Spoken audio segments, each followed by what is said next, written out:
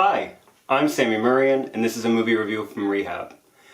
So watching this black comedy in a cinema yesterday, I ran into a real-life black comedy. Some alcoholic idiot woman brought her 4-year-old child to the screening of Wiener-Dog that I saw yesterday in Hollywood. Now, this woman brought her 4-year-old child to this screening of Wiener-Dog because she is an alcoholic and she wanted a dark space that was air conditioned where she could drink beer out of a glass. I saw this at the wondrous ArcLight Hollywood where you can get beer in glasses. Given that the poster for this film, Wiener-Dog, is just a poster of a cute little wiener puppy dog, I'm sure that this alcoholic woman thought that this movie was a safe bet. Now, I don't know for certain that this woman was an alcoholic. I mean, I just regularly go to 12-step meetings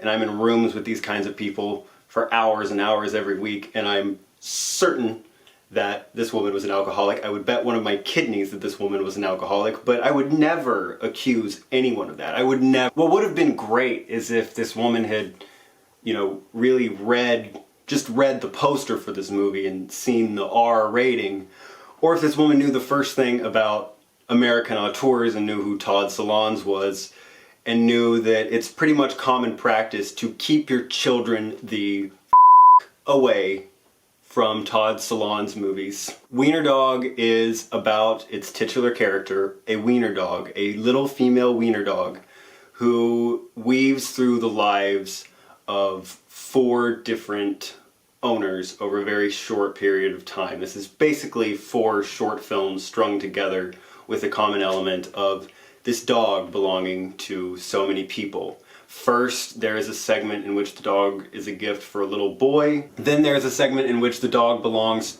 briefly to a young veterinary assistant on a road trip. Then the dog briefly belongs to a failed screenwriter / film professor played by Danny DeVito. And finally we get a segment in which Ellen Burstyn plays an elderly grandmother who doesn't get many visits anymore, and this wiener dog is her one companion. As I said, Todd Solondz movies are no place for a child. Todd Solondz is a very distinct American auteur. He is a master of pitch black comedy, jet black comedy, painful black comedy. His big breakthrough was in the 1990s with a honest-to-goodness masterpiece called Welcome to the Dollhouse, which is really one of the only films ever made that actually has the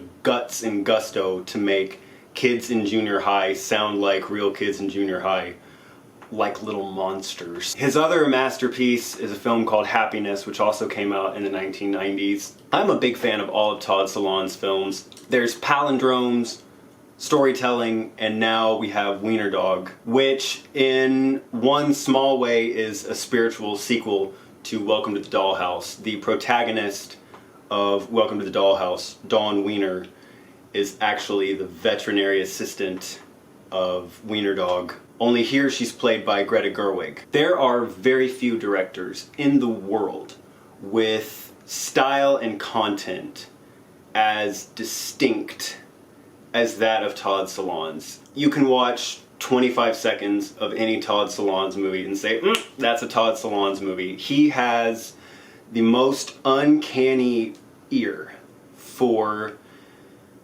the hilarious and just terrible hypocrisies that everyday, ordinary American people present in their everyday lives. His work is incredibly misanthropic. He's also dead on in his precision and his dissection of everyday, ordinary people. There is an amazing scene early on. This is just one example.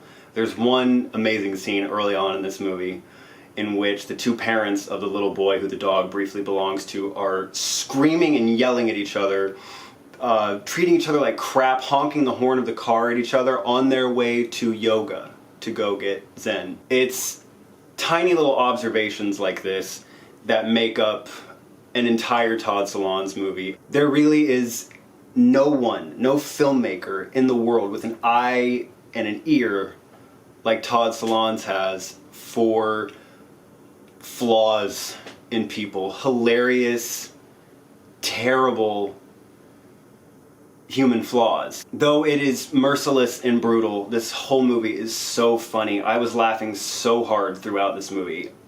I don't think I laughed harder than I did in the Danny DeVito segment. As I said, he plays a man who wrote one really bad screenplay in the 1980s and now is a professor that everyone hates at a college.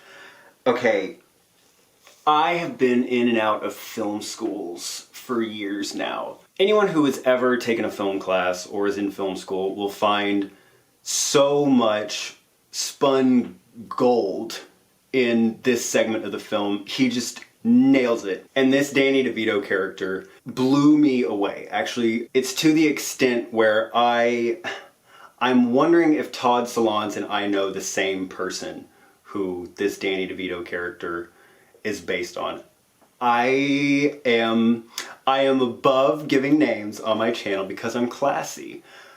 I know this guy. I know this character. This professor who everybody hates, who thinks he's an expert because he wrote one terrible screenplay many, many years ago. I really am curious if Todd Solondz and I know the same person. This part of the movie had me gasping for air with laughter. I was just like, what? And since I saw this film at the amazingness that is ArcLight Hollywood, I got a movie poster when I got my ticket for Wiener-Dog for a movie called Apricots.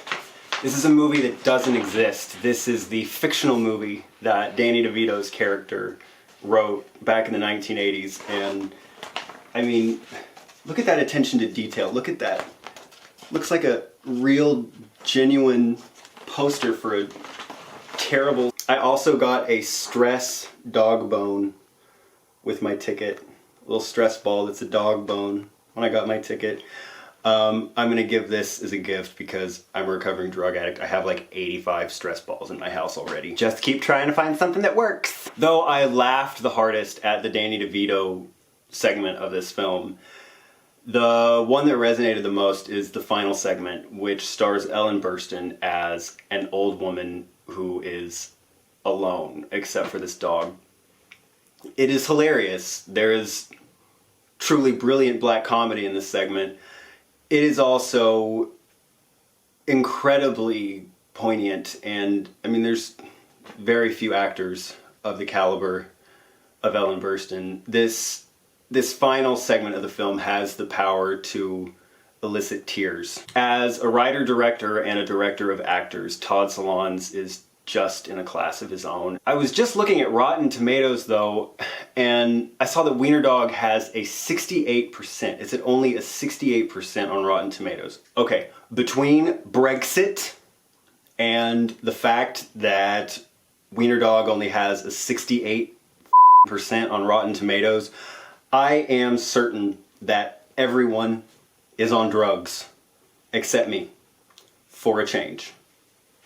I don't think that this is quite as good as Happiness or Welcome to the Dollhouse, but I really love this movie. I will say that this movie is not for everybody. I cannot overstate how much of a black comedy this black comedy is. This is beyond brutal. Fortunately, I'm in a lot of therapy lately, and I'm pretty equipped to handle movies like this. If you think there's a chance that a super depressing black comedy might get you down and harm you, don't see this. Just don't. Just don't. It's not going to work out for you. If you've seen a Todd Solondz movie before and you loved it the way that I have, run, don't walk, because this is great. This is black comedy. This is hard candy that will break all of your teeth and then kill you. I'm not even playing around. I am certain that that poor child I saw yesterday is ruined by this film. I am not a big fan of protecting children, censoring children. There's just absolutely no reason for a child to see a Todd Solondz movie. That's just Be careful with this movie and don't watch it if you don't think that you can handle it. You guys, thank you so much, as always, for tuning in. I appreciate it so much.